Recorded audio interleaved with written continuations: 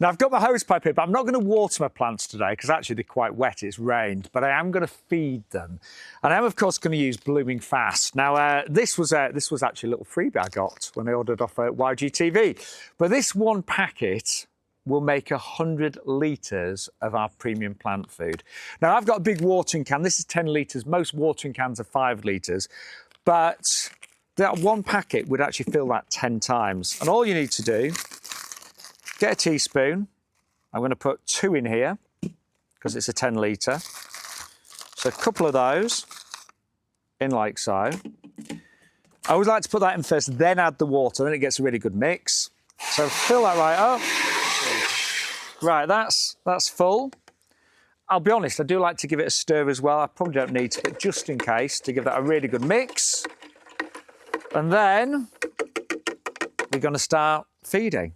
So I've got begonias in here, I've got some geraniums. Personally, I always like to feed my plants after I've watered, and I like to do my feeding at night as well. You don't have to, but personally, I normally do it later on in the evening. But yeah, because these are in extra small pots, there's not a lot of compost in there. These really do need to be well fed. And in peak season, I do feed once a week. The well-fed plants, they grow so much bigger, you get more flowers, you get more shoots, makes a big difference to your fruit and veg, of course, as well. This is a Thunbergia, Black-Eyed Susan. I've grown it up my jasmine there.